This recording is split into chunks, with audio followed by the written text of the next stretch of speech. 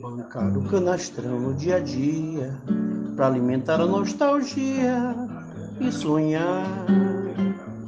Lutar para manter a chama acesa, pra não deixar a correnteza nos levar. Saber onde é Brasil, onde me engano, esse moleque suburbano numa pelada de quentinho. Tentar driblar com classe a vida vã, como Almir e Pojucã, no velho escrete vascaíno. Pra samba sem breque em contramão, na ladeira da redenção, Otelo beijando Oscarito. Eu vi numa canção do Aldir Blanc, numa chanchada da Atlântida, outros Brasis bem mais bonitos.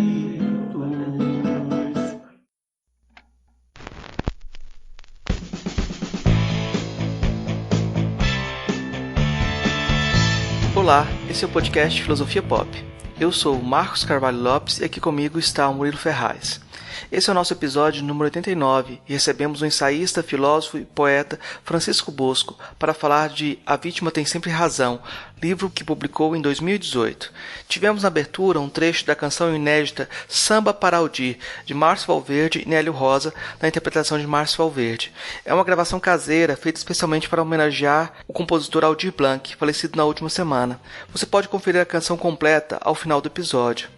Filosofia Pop é um podcast que aborda a filosofia como parte da cultura. A cada 15 dias, sempre às segundas-feiras, a gente vai estar aqui para continuar essa conversa com vocês. Você pode encontrar os episódios do podcast, mais textos e informações no site filosofiapop.com.br. O livro Podcast Filosofia Pop Ano 1 está disponível na loja filosofiapop.com.br/loja. Assine nosso canal no YouTube em youtube.com/filosofiapop. Siga a gente no Twitter, @filosofia_pop e curta a nossa página no Facebook, facebook.com/podcast Filosofia Pop, tudo junto. Você também pode mandar um e-mail para a gente no contato@filosofiapop.com.br. O podcast Filosofia Pop é um projeto independente, distribuído gratuitamente em todas as plataformas. Se você gosta do nosso trabalho, você pode ajudar o programa a cobrir os seus custos com edição, montagem, equipamentos. Para isso, assine o Catarse do Filosofia Pop em catarse.me/filosofia_pop. A contribuição mínima que pedimos é de R$5 mensais. Os apoiadores podem fazer parte da Taverna do Platão, um grupo de WhatsApp que reúne entusiastas do programa. Lá sempre rola a indicação de podcast, conversas sobre diversos temas e também novidades sobre o programa. Venha também fazer parte. Se você apoia o Filosofia Pop no Catarse e não recebeu a mensagem para entrar no grupo, entre em contato conosco para participar. Se você quer ajudar, mas não pode contribuir financeiramente, dê aquela força na divulgação dos programas, compartilhe nas redes sociais, faça comentários e continue esse diálogo. Se na sua escola, universidade, terapia do sono, o programa foi útil, não deixe de repercutir esse resultado. Pode salvar um dia e dar aquela energia para continuar a produção. Vamos então para a nossa conversa sobre A Vítima Tem Sempre Razão com Francisco Bosco.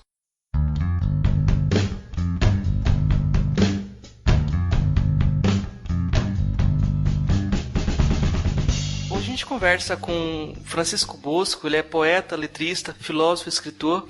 Ele é carioca, a gente está falando direto do Rio de Janeiro, filho do cantor e compositor João Bosco. Ele é doutor em teoria literária pela Universidade Federal do Rio de Janeiro, tem diversos livros publicados, entre eles Banologia de 2007, E Livre Seja Este Infortúnio de 2010, Alta Ajuda de 2012, Orfeu de Bicicleta de 2015, A Vítima Tem Sempre Razão de 2017, foi diretor da Funarte, coordenador da Rádio Batuta, colunista de O Globo e muitas outras atividades que a gente vai ver durante a apresentação, durante essa conversa. Eu vou pedir primeiro, então, Francisco, para você se apresentar para as pessoas que não te conhecem, né? Como que você se apresentaria para o nosso ouvinte? Tá bom, eu sou Francisco Bosco, eu me apresentaria como ensaísta de várias atividades que você citou aí. Eu acho que, tanto do ponto de vista histórico, assim, da minha trajetória, né, quanto até de um ponto de vista teórico, o ensaísmo é uma espécie de síntese entre elas. Então, Eu realmente comecei escrevendo poesia quando eu era muito novo. Eu até sou provavelmente um dos recordistas mundiais de uma tradição semi-oculta da literatura e do pensamento universais, que é a dos livros renegados pelo autor, né? Eu tenho 3 livros que eu publiquei quando eu era muito novo, porque na época, todos os livros todos de poesia, porque na época tinha uma tecnologia nova de impressão, estava muito barato fazer livros, então eu publiquei livros que eram muito ingênuos. E depois, em acho que 2003, eu publico um livro chamado Da Amizade, que você não citou aí, que eu considero o meu primeiro livro, porque já é um primeiro livro assim mais maduro, e é curioso que ele é uma espécie de meta-livro, ele é um livro sobre livros. A amizade do título, o título é o homônimo do livro conhecido do Cícero, né? A amizade em questão é a amizade com os livros. Então é como se eu estivesse ali procurando uma dose forte de um antídoto contra a ingenuidade dos meus livros anteriores. E nesses livros anteriores, a ingenuidade era de tipo romântico, vitalista, ingênuo.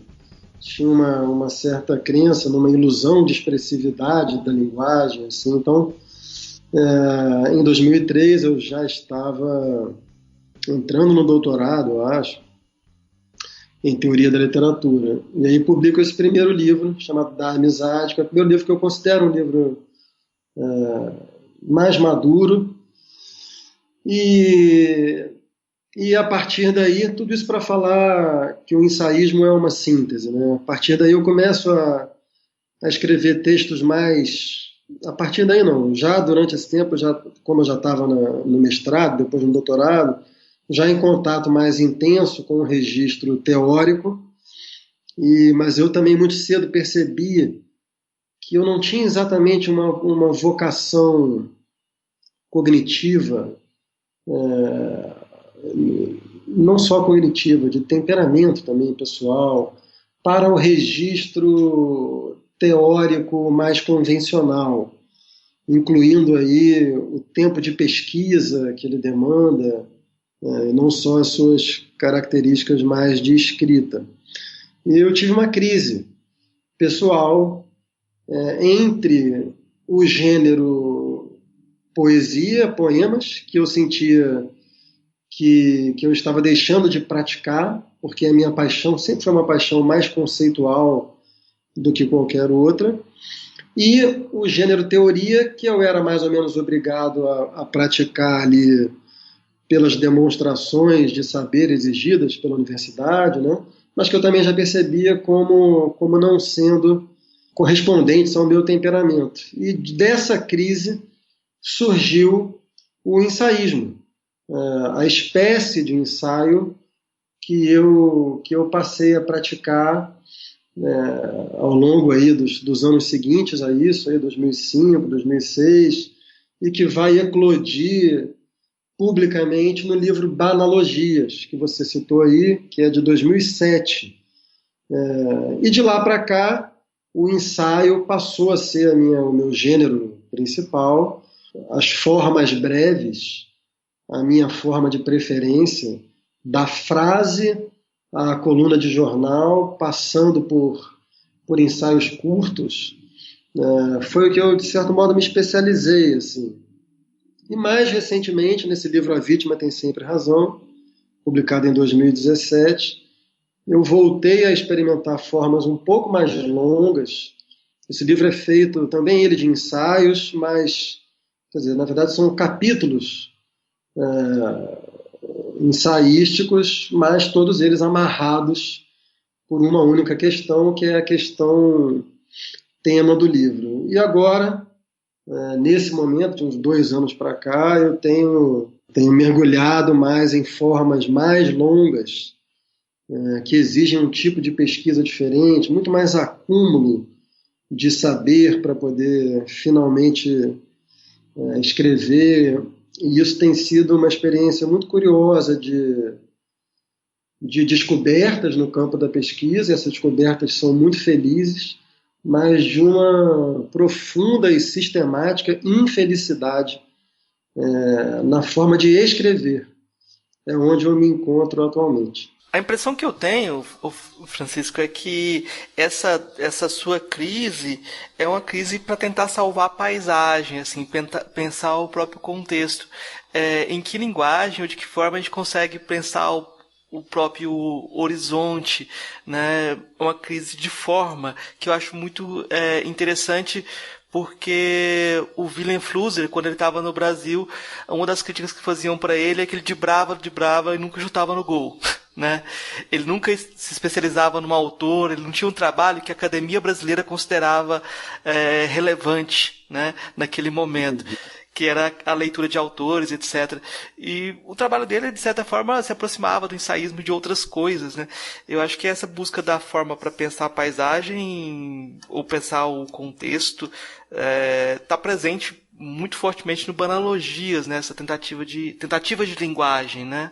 Uhum. Para continuar no campo das metáforas futebolísticas, eu sempre me considerei um escritor de futebol de salão. Assim, e curiosamente na vida também, quando eu jogava futebol, eu era muito, muito melhor jogador de salão do que de campo. Quando você me botava em espaços muito longos, eu me perdia. Isso valia também para o pensamento. Eu gostava de espaços curtos e diferentemente da acusação sofrida pelo Flusser, eu sentia que a minha característica era querer chegar muito rápido ao gol. Eu não tinha, não que isso fosse um defeito, é uma característica só, né? Mas eu não tinha a paciência requerida para abrir questões longamente. Eu gostava mais de estudar o suficiente para revelar determinados aspectos de determinados objetos que me interessavam, né? Então, de fato, durante muito tempo foi assim. A ideia geral é a gente debater um pouco sobre o livro A Vítima Tem Sempre Razão, e eu acho que para começar a conversa, a gente precisa esboçar o que você chama de um novo espaço público brasileiro, né? O que seria esse novo espaço público brasileiro? Como é que você vê a gestação dele? O novo espaço público brasileiro, ele emerge historicamente com uma crise do lulismo, né? Do lulopetismo, na verdade.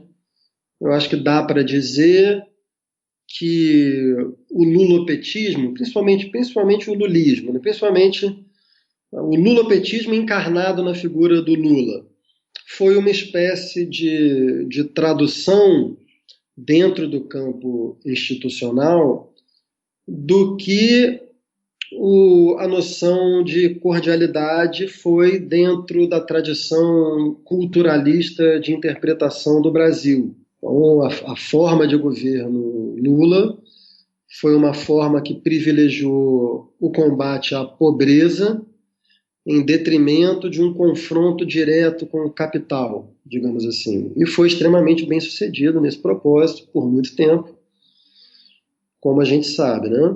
Mas a partir de 2013, esse modelo começa a entrar em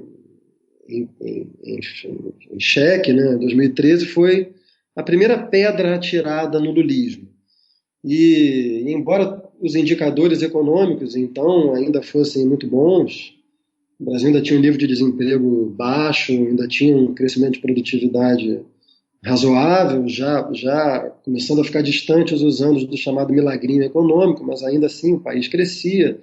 A aprovação da presidente Dilma em março de 2013 era ainda muito alta, acho que era cerca de 60%.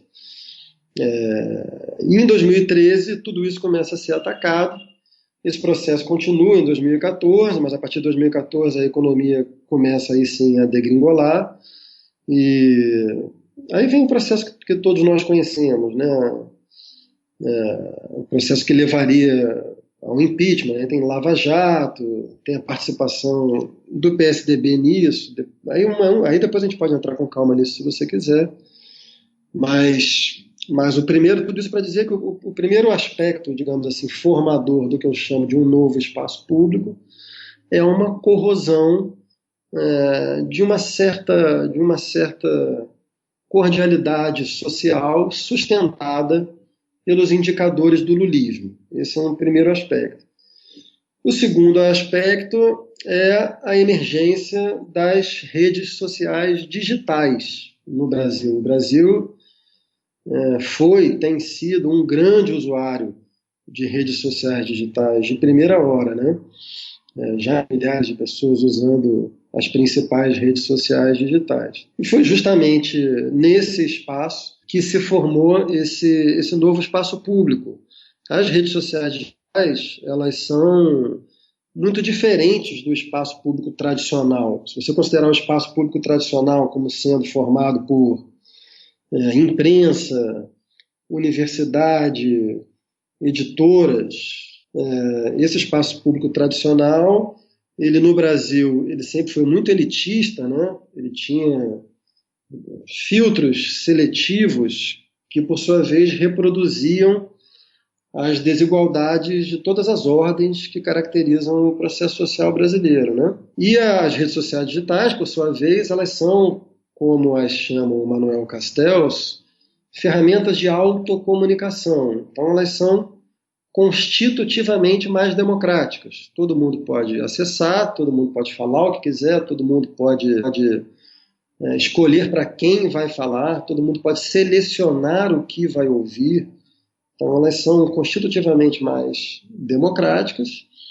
E, por outro lado, elas têm uma série de efeitos laterais que foram ficando mais claros com o passar do tempo.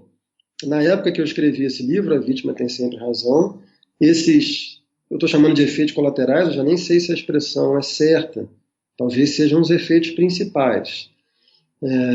A consciência desses efeitos não era nem tão aguda naquele momento, mas já dava para perceber que havia uma série de problemas produzida por essa lógica do algoritmo aí, né? O que eu mais estudo, o que mais me interessa analisar nesse livro A Vítima Tem Sempre Razão, é o que eu chamaria de lógica de grupo.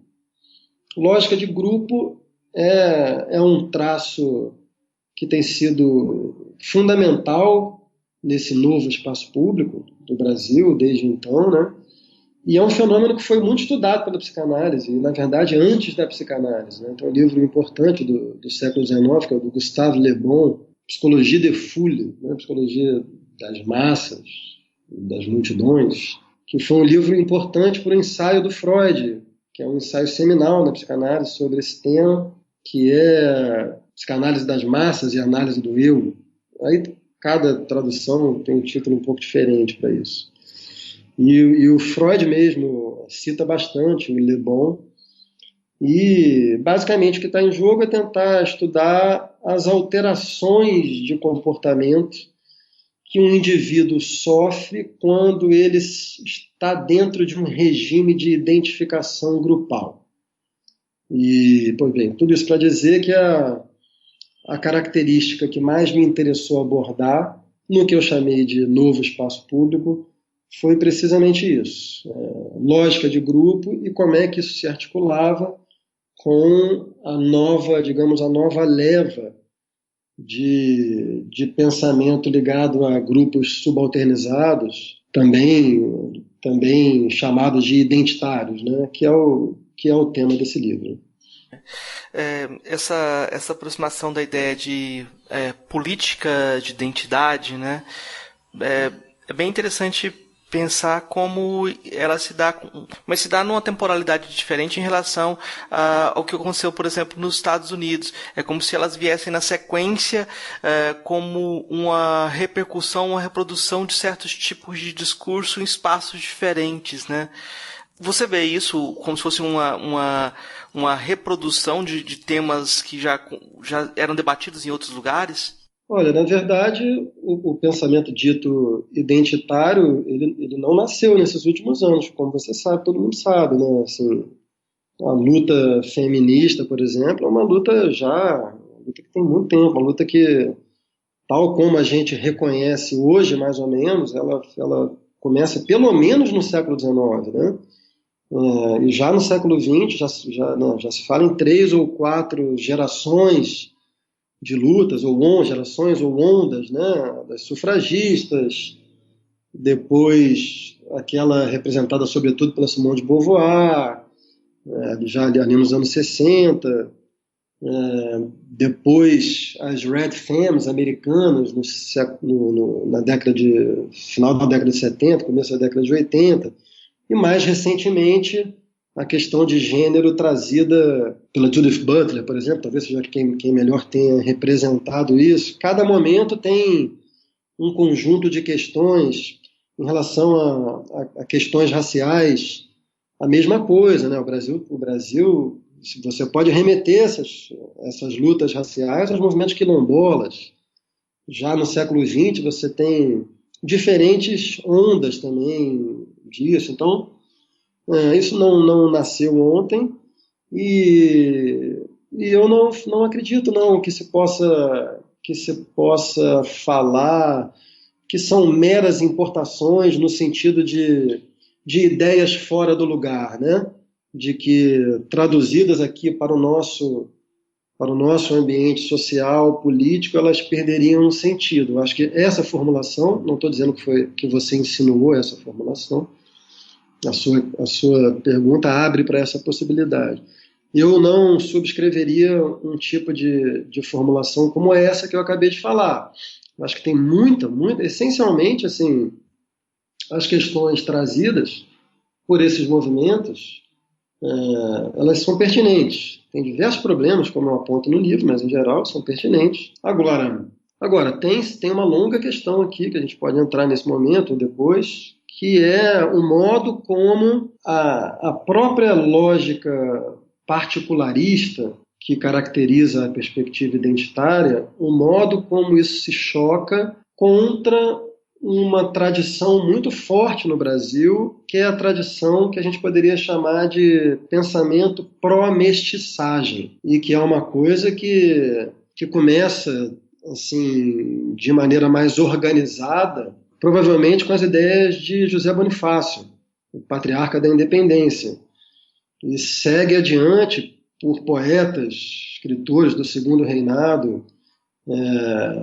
pelos grandes autores do movimento abolicionista, pelos modernistas, e entra no século XX com muitos pensadores importantes também. Gilberto Freire é um grande redisparo dessa tradição, né? Enfim, então o pensamento identitário, vamos chamar assim, ele se choca frontalmente com essa tradição forte no Brasil. Não é à toa que em 2006, se me lembro bem, quando houve o debate sobre a possibilidade de federalização do regime de cotas para pessoas negras e indígenas no Brasil, né, a Câmara estava prestes a votar um projeto de lei que instauraria o regime de cotas nas universidades federais. Houve uma movimentação contundente de antropólogos, sociólogos, cientistas políticos, artistas, como Ferreira Goulart, Caetano Veloso, que assinaram um manifesto contra esse projeto de lei. E acho que seria demasiadamente simplório e redutor dizer que essas pessoas são racistas ou qualquer coisa do tipo, né? Ali eles estavam defendendo uma certa ideia de nação que é defendida por essa longa tradição pró-mestiçagem no Brasil. Então, nesse sentido, aí, se você quiser, a gente pode entrar mais profundamente nisso, mas nesse sentido, sim, existe um choque na tradução dessas ideias para o Brasil. E aí, sim, a maior parte dessas ideias, dos conceitos, né? Existe um verdadeiro glossário dos movimentos identitários, e esse glossário, ele, em geral, vem de outros países. provavelmente sobretudo os Estados Unidos. Queria que você comentasse um pouquinho sobre outro conceito que chama muita atenção logo no início do seu livro, que é a redescrição da ideia de empatia, você problematizar a ideia de empatia, que é um chavão comum de você pedir a empatia como caminho para a solidariedade mais ampla e justiça social simplesmente, como se fosse imediato essas coisas. E você problematiza esse conceito de uma forma muito interessante. Queria que você comentasse um pouquinho sobre isso. Tá.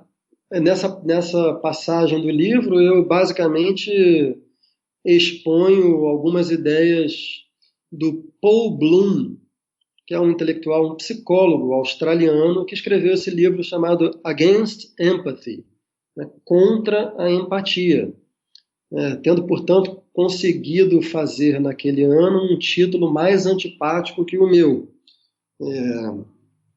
E o que ele vai dizer basicamente que a empatia, como é uma espécie de ferramenta emotivo-imaginária no sentido aí lacaniano, né? Ela mobiliza a identificação das pessoas. A gente tem empatia com alguém com quem a gente é capaz de identificar.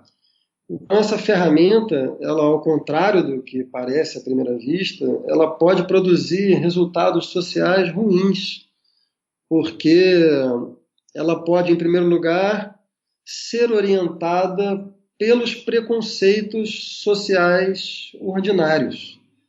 Então, nesse sentido, digamos assim, uma pessoa branca de um determinado grupo social tende a produzir mais empatia, já que se trata de um fenômeno de identificação, tende a produzir mais empatia com uma pessoa do seu próprio grupo social e gênero, e, entre aspas, raça, etc., do que com uma pessoa fora desse grupo.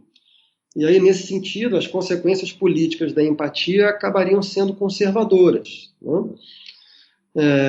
E, além disso, a empatia, também por ser uma ferramenta, digamos assim, emotiva, imaginária, ela não costuma conduzir à percepção da dimensão estrutural dos problemas.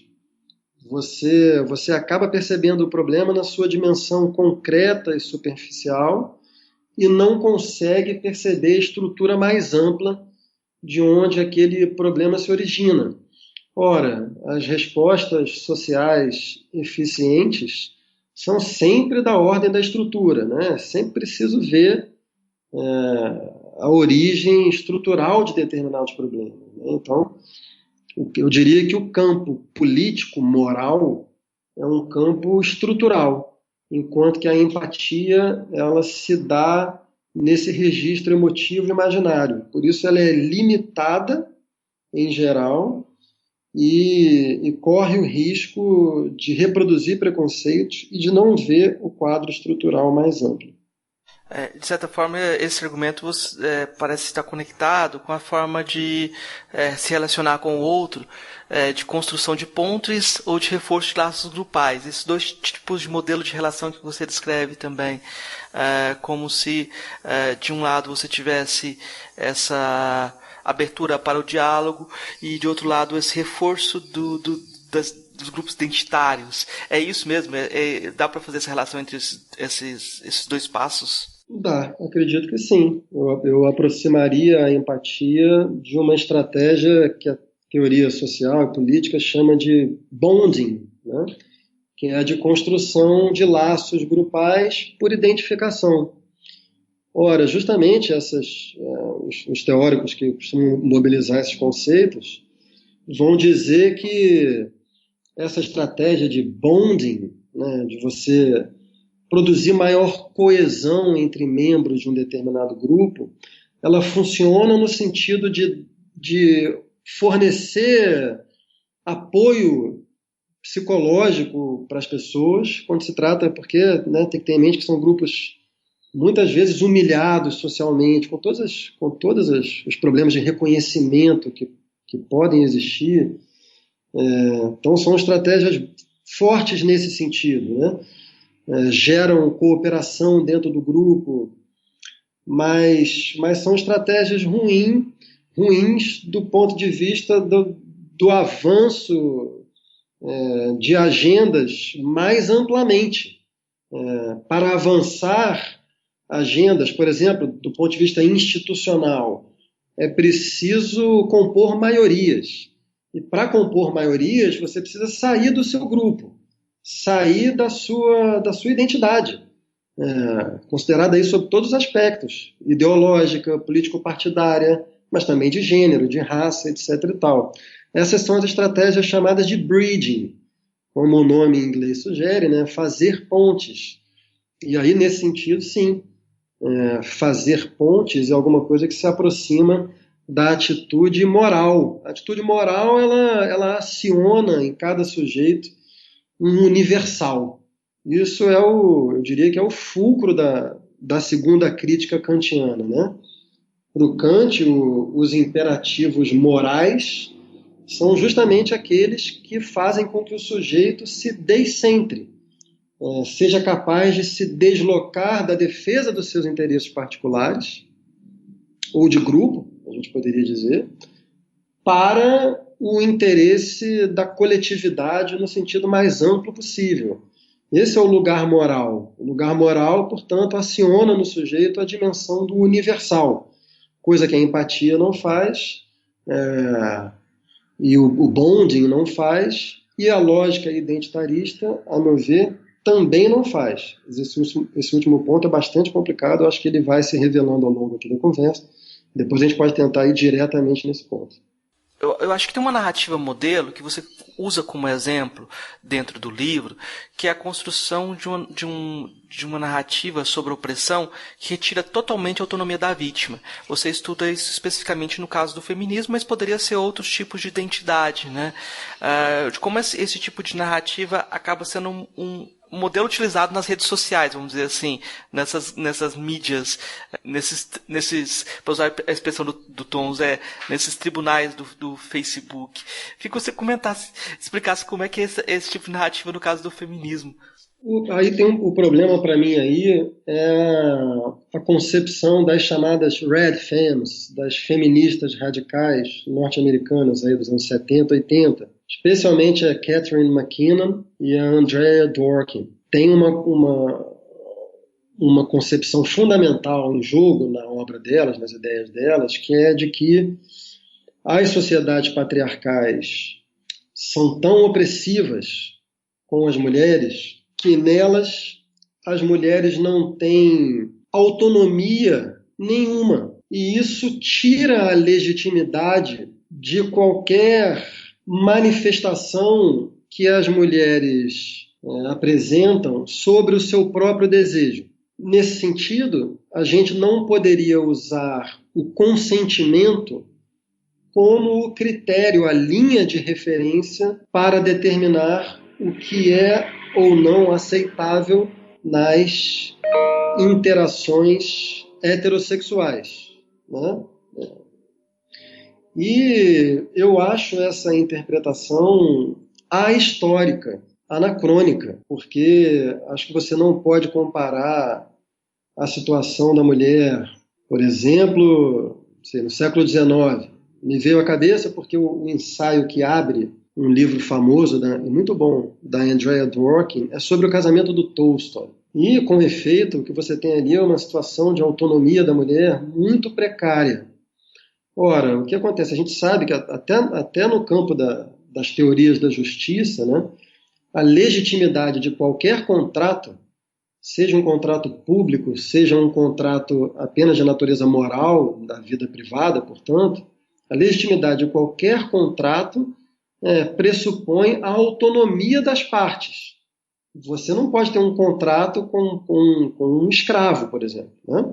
A escravidão ela é contra o regime contratual por definição.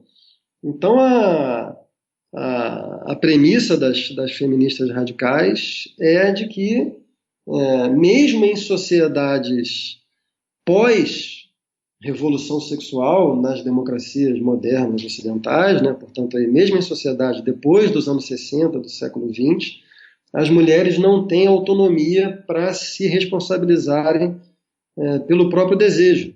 E com isso você perde o consentimento como linha de referência para determinar o que é ou não aceitável. O corolário desse raciocínio é de que toda relação heterossexual é violenta. Daí que, em geral, as feministas que vêm dessa linha do feminismo radical tendem a produzir o que uma feminista muito importante francesa, filósofa, chamada Elisabeth Badinter, de quem eu sou um grande admirador, o que a Badinter vai chamar de lógica do amálgama. Porque se você parte dessa premissa das feministas radicais, não faz muita diferença entre um homem que xinga uma mulher, ou um homem que faz um galanteio errado no espaço público, né, que pode configurar uma espécie de assédio moral, enfim. Não faz diferença entre isso e um estupro propriamente. E nem faz diferença também entre uma relação heterossexual saudável e um estupro, porque dentro dessas premissas nem sequer haveria uma relação heterossexual saudável, né? Então esse que é o problema da autonomia que eu coloco no livro. Eu discordo bastante dessa perspectiva aí. Dessa perspectiva que retira a liberdade do outro. Uma das coisas que eu acho que... Desculpa, Marcos. Eu discordo da perspectiva que considera que as mulheres não têm autonomia em sociedades como a nossa. Tem um problema com que eu me choco o tempo todo nas minhas leituras da atuação da militância identitária, é que a militância, por militância eu estou entendendo assim, mais os divulgadores, as pessoas que ficam na internet, um certo ativismo digital, do que os, digamos, chefes de escola. Em geral, quando você vai ler autores assim mais sofisticados, eles são sofisticados, né? Então, você não encontra tanto essas coisas, assim, mas a militância digital é muito difícil que ela seja capaz de pensar com nuance, de pensar estabelecendo distinções, estabelecendo diferenças. E, para mim, todo pensamento político, toda atuação política que não opera a partir da necessidade de se fazer distinções, ela tende a ser desastrosa. Então, o meu problema é isso, assim, é evidente que há uma história profunda do patriarcado, né? Quem melhor estudou isso foi uma francesa, num livro chamado Le Mythe de la Virilité, se não me engano, Olivia Gazalet. Esse é um grande livro que não foi traduzido ainda para o Brasil. Ela resolveu pegar o touro à unha, ela resolveu pegar essa fumaça sobre o patriarcado e tal, e tentar entender historicamente como se formou o patriarcado, quando se formou o patriarcado, que tipo de evoluções isso sofreu historicamente. Eu acho que deve-se pensar as coisas assim, e não usar conceitos chapados, absolutamente esquemáticos, que não traduzem a realidade social e a vida subjetiva, moral, política, como ela realmente é. Então, enfim, para concluir, o meu problema com esse pensamento das feministas radicais sobre a autonomia é que é evidente que ainda estamos sob sociedades patriarcais, que o grau de autonomia das mulheres nas relações heterossexuais ainda comporta algum tipo de assimetria, múltiplas assimetrias, eu diria, mas não o suficiente para você dizer que mulheres não têm autonomia nenhuma a ponto de poder perder de vista o consentimento como linha demarcatória. E aí todos os corolários que decorrem daí são, a meu ver, absurdos, né? Porque daí você está um passo não, daí você já está falando que todo homem é um potencial estuprador, né? Toda relação heterossexual é constitutivamente violenta, etc. E tal. Com isso aí que eu não concordo. Sobre a identidade racial, você destaca com Antônio Rizeri que a luta abolicionista, por exemplo, foi feita com brancos e negros. Então, houve uma luta em comum, né? É o que você está falando dessa complexificação das narrativas. Mas na sequência, eu acho curioso que você não pondera que essa mesma aliança não se seguiu no sentido restaurativo, a integração e da destituição dos privilégios. Eu acho que é um passo que o próprio Risério não faz, que ele critica as identidades raciais, mas como essencializadas, mas não percebe que essas também são históricas, né? Parece ser um problema nessa crítica das identidades que não deshistoriciza essas identidades também. Não sei se eu entendi bem, Marcos, mas se você tiver dito que no meu livro, que o meu livro não trata, nem que seja de passagem, dos efeitos ou da falta dos efeitos da abolição, eu discordaria. Eu não me lembro do livro inteiro, mas provavelmente está lá, por exemplo, a frase do Joaquim Nabuco sobre a necessidade de se liquidar os efeitos da escravidão. E no Risério também, assim, eu estou longe de ser assim, de estar alinhado às ideias do Risério, né? Não sei se você tem acompanhado, mas o último livro que o Risério publicou, ele cita muito o meu livro, e em geral criticamente. O Risério considera que eu sou um intelectual com os pés profundamente plantados no identitarismo. A expressão é dele. Mas não, de forma alguma. Isso aí, de novo, quer dizer, que tenha havido e houve historicamente inúmeros exemplos de ação político-moral comum entre pessoas de grupos sociais diferentes, de gêneros diferentes, de raças diferentes, e houve, não significa dizer que não existe, não existiu opressão de grupo. Isso seria uma formulação de uma ingenuidade que não daria nem para começar a conversa, né? É isso que você estava falando, não? Na formulação do livro, você cita o Risério e depois você se desloca no começo do livro, depois você se aprofunda mais nessa relação. Você cita o Risério e depois você desloca para o contexto dos Estados Unidos, né? Então, faltou, pelo menos nesse passo, depois você retoma, faltou essa consideração de como depois não houve uma situação de restauração. Mas eu acho que isso realmente foi uma pergunta que eu acho que foi um pouco mal colocada, me desculpe. Né? Só para deixar claro aqui que eu considero isso evidente, né? Assim, todo mundo sabe que no Brasil não houve, mas é oportuno notar, por exemplo, que o Zé Bonifácio, que eu citei aqui, por exemplo, né, o Zé Bonifácio, que é considerado o patriarca da independência do Brasil, a meu ver, deveria ser, com mais forte razão, considerado o patriarca do pensamento pró-mestiçagem no Brasil. E o Zé Bonifácio, que era um homem branco da elite do Império, né, nem brasileiro exatamente ele era, passou a maior parte da vida servindo a corte em Portugal. Zé Bonifácio pensou a necessidade de ações do Estado para fazer uma transição dos escravos rumo a uma sociedade integrada, né? Obviamente a posição dele era minoritária, para não dizer solitária, perdeu essa parada na época, ele saiu preso da Constituinte de 23, justamente por defender ideias ligadas à abolição e tal. Mas é importante também ter em mente que o Brasil é muito complexo, né? É um país, sem dúvida alguma, extremamente racista. O Estado aqui sempre atuou contra minorias, né? É uma longa conversa. Eu seria a última pessoa a deixar de reconhecer isso.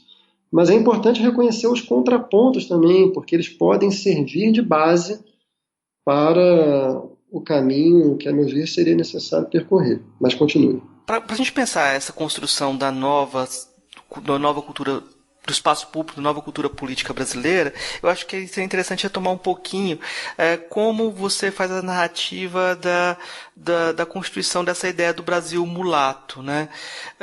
Eu acho que, é claro, dá para fazer isso a partir de algo que tem muito valor para toda a sociedade brasileira, que é a música popular, né? Como essa ideia do híbrido, do mulato, da mulata está presente na cultura popular, e como isso vai se desfazendo aos poucos, né? Dá para fazer uma trajetória do samba aos Racionais, né? para tentar entender essa constituição de um espaço público que era convergente e de repente agora está se dividindo, né? Eu queria que você comentasse um pouquinho sobre essa trajetória para depois a gente dialogar um pouco sobre isso, porque eu acho que talvez esse mundo em comum que a música popular brasileira trazia, que ela cantava, é o que é tão difícil de abandonar, né? Exatamente. A tese do meu livro é de que houve uma tradição pró-mestiçagem, como eu venho chamando aqui, né? No Brasil, que foi se estabelecendo no Brasil informalmente desde antes de o Brasil ser Brasil. Antes de Portugal declarar a ocupação oficial do Brasil, por meio das capitanias hereditárias, com sua lógica latifundiária, houve náufragos, como o João Ramalho, o Caramuru, que são os mais famosos entre eles, né? que desembarcaram aqui na costa brasileira e se amaziaram com mulheres indígenas. E há uma figura na forma de construção de laços de parentesco indígena, que é o chamado cunhadismo. O Darcy Ribeiro trata disso no seu Povo Brasileiro, né? O cunhadismo era a maneira como os indígenas traziam pessoas de fora dos seus grupos para dentro do grupo. Então, esses portugueses, quando se casaram com mulheres indígenas, se tornaram parentes dos indígenas e foram formando as primeiras comunidades de mamelucos, ou o que o Darcy Ribeiro chama de brasilíndios. E a partir daí, aí começa a aventura da miscigenação brasileira e da mestiçagem brasileira, né? Que tem, portanto, uma dimensão que ela é informal. Tá? Depois eu vou voltar a esse ponto. Essa longa aventura de miscigenação propriamente biogenética, né? Mas também de mestiçagem no nível cultural, religioso, linguístico, culinário, todos os níveis, né? Quando ela chega no século XX, ela está muito madura e ela acaba produzindo, articulada a outros fatores, aquilo que a gente conhece como cultura popular brasileira, que é uma coisa muito forte no Brasil. Por que é muito forte no Brasil a cultura popular brasileira? Porque esses seus fenômenos principais, o futebol, o carnaval, o samba, eles conseguiram realizar efetivamente no seu campo, né, que é o campo da cultura, tudo aquilo que os setores progressistas da sociedade brasileira sempre desejaram que a própria sociedade brasileira fosse capaz de realizar. Então, no futebol, há democracia racial em ato. Pelo menos ali começa nos anos 30 e já bem consolidado nos anos 50, são os negros os protagonistas do futebol brasileiro. Como descreveu bem o Mário Filho no seu grande livro, né, O Negro no Futebol Brasileiro. Na canção popular, sobretudo no samba, mas não só nele, há uma efetiva mistura de letrados, semiletrados, analfabetos, brancos, mestiços, negros, de pessoas de origem social diferentes, etc. e tal. Tudo isso é o fenômeno da cultura popular. Então, principalmente a partir do Estado Novo, com a necessidade ali que Getúlio tinha de unificar o país, né? E depois da invenção da televisão também, esses símbolos foram alçados a símbolos da autoimagem do Brasil. Então, até há pouco tempo atrás, esses eram os grandes símbolos pelos quais a maior parte do Brasil se reconhecia, e fora do Brasil, então, nem se fala, né? Uma vez eu estava no interior da Índia, com uma camisa do Brasil, e na época eu tinha um bigode, um bigode meio mexicano, e um indiano pobre apontou para mim e falou: Rivelino. Então, essa é a autoimagem do Brasil, isso é muito forte. Isso, entretanto, foi questionado há muito tempo. Eu acho que isso começa, sistematicamente a ser questionado com a geração de sociólogos, a primeira geração de sociólogos da USP, né? Tendo ali o Florestan Fernandes como chefe de escola, ali nos anos 50, e esses intelectuais elegeram principalmente o Gilberto Freire, o Casagrande Senzala, mas não só eles, toda a tradição culturalista como um alvo, e as críticas são acertadas, né? Existe nessa tradição culturalista um esforço incessante para uma espécie de unificação do país, assim, tentar pensar o país a partir de um chão comum, e isso acabou, mesmo que a revelia do interesse desses intelectuais, ou pelo menos de alguns deles, acabou servindo como uma ferramenta de ocultamento de conflitos sociais, raciais, de gênero, efetivos no país, né? Mas eu diria até que o maior golpe que essa tradição pró-mestiçagem sofreu no Brasil não foi nem dessa primeira geração da USP, não. Esse já foi muito forte. Mas foi de um seu leitor, que é o Abdias do Nascimento. Eu estou te falando coisas que nem estão no meu livro, que eu estudei depois. Mas na época eu conhecia mais superficialmente o Abdias, depois eu estudei melhor e tal. E eu diria hoje que o Genocídio do Povo Brasileiro, que é o livro mais importante do Abdias, na minha opinião, é a grande nêmesis do Casagrande Senzala, né? Assim, tudo que o Casagrande Senzala integra, o Abdias desintegra. E, como você falou, daí em diante houve outros movimentos de crítica a essa imagem mestiça do Brasil, até chegar nos Racionais MCs, que é um momento muito importante, que é provavelmente a primeira grande crítica à cultura popular vinda da própria cultura popular, né? E os Racionais pavimentaram o caminho para toda a perspectiva do movimento negro que viria a partir aí depois de 2013, já dentro do que eu chamo de novo espaço público, né? Então essa perspectiva racialista do movimento negro, ela tem na obra dos Racionais o seu antecessor imediato e está respaldada nessa grande tradição de crítica ao pensamento pró-mestiçagem no Brasil. É mais ou menos isso. Então, no Brasil, você tem duas correntes. Você tem duas correntes muito fortes, né? Você tem uma corrente pró-mestiçagem, que é essa que vai de José Bonifácio até, se você quiser, aí, Antônio Risério, passando por Caetano Veloso, José Miguel Wisnik, o próprio Darcy Ribeiro, um marxista, é verdade, mas pertencente a essa tradição, e tantos outros. E, de outro lado, essa contra-imagem do Brasil, que talvez comece de uma maneira assim organizada, sistemática, na USP dos anos 50. Tem no Abdias do Nascimento um grande ponto de concentração e de irradiação dessas questões, principalmente para as pessoas negras, né?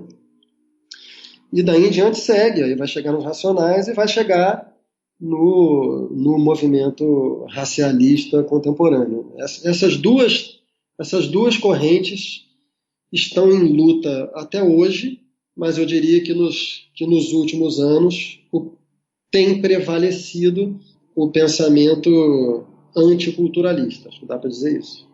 Aí eu vou te dizer assim, o que me incomoda talvez um pouco seja essa ideia do pensamento racialista, sabe? Porque você tem várias divisões do que pode ser identidade racial, né? Você tem várias construções de identidade racial, pode ser biológica, pode ser histórica, pode ser, sei lá, tem vários sentidos. E quando coloca racialismo, coloca como se o conceito de raça fosse automaticamente descartável. E na medida em que ele tem um uso social, se existe racismo, talvez a gente não pode descartar o conceito, porque a pessoa está sofrendo racismo, né? Então,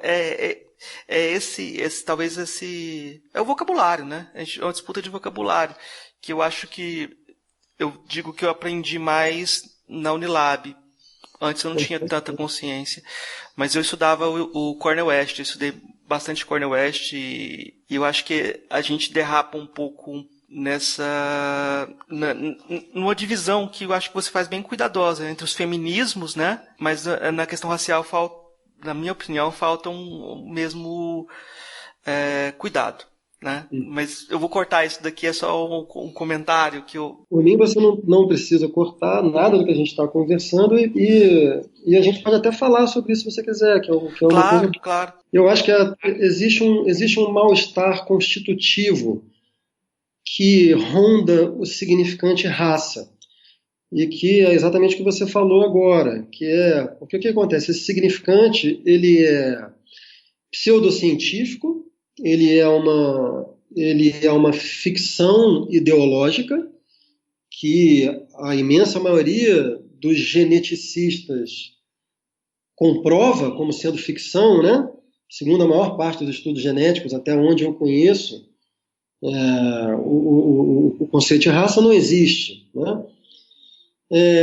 Mas, por outro lado, ele é uma realidade histórico-social com um conjunto de efeitos sociais que se propagam até hoje e que, mesmo em tempos de esvaziamento da força da sua pertinência ideológica, os efeitos produzidos na época do auge da crença ideológica nesse significante continuam sendo perpetrados até hoje. Então, tem muita gente que trata disso. Se eu não trato de maneira sofisticada disso nesse livro A Vítima Tem Sempre Razão, foi mais por descuido do que por ignorância, porque eu já sei disso há muito tempo. Tem muita gente tratando disso hoje. Talvez quem melhor trate disso hoje seja o Achille Mbembe, no Crítica da Razão Negra, né? Tem páginas luminosas sobre essa ambiguidade constitutiva da raça. Então, e disso você tira diversas estratégias e diversas premissas que são muito complexas. Por exemplo, toda a questão do fenótipo, né? Como é que boa parte do movimento negro trata a questão do fenótipo. Então, tem muita gente que se queixa de que essa questão de transformar esse termo está em desuso hoje, né, os pardos, segundo a terminologia do IBGE, transformar pardos em negros seria uma ficção fenotípica. E de fato, assim.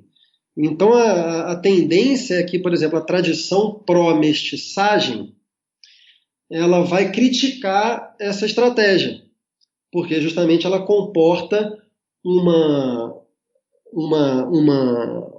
falsificação das gradações fenotípicas da população brasileira, que a tradição pró-mestiçagem deseja manter e multiplicar. Porque qual é a estratégia da tradição pró-mestiçagem? É você superar o racismo por meio da radicalização da mestiçagem. Então, se eu interpreto bem essa tradição, o que está em jogo é superar o racismo, né, por meio da dissolução do fenótipo, digamos assim, né? Então, é como se essa tradição considerasse a mestiçagem brasileira uma mestiçagem incompleta, no mesmo sentido que alguns autores falam em modernidade incompleta, né? E que seria preciso levá-la às últimas consequências. Por outro lado, a tradição racialista, anti-mestiçagem, o que interessa a essa tradição é explicitar os conflitos que a tradição pró-mestiçagem oculta. E aí, nesse sentido, interessa manipular o fenótipo para fins políticos. E é pertinente, na verdade, assim, porque por exemplo, né, lá onde a ideologia racista fazia com que muitos negros tendessem a se autodeclararem brancos por identificação com a ideologia branca, racista, né? Trata-se de inverter esse processo, então, e pegar essas pessoas e trazê-las para a identificação com o campo negro. Então, na verdade, o que você tem aí, você tem o campo fenotípico ambíguo, mais indeterminado, ele é politicamente disputado por essas duas tradições. E como, na verdade, o fenótipo no Brasil, assim, o fenótipo ele é uma espécie de meio, ele é uma espécie de, ele é quase um significante vazio, pelo menos nessa zona mais intermediária, né?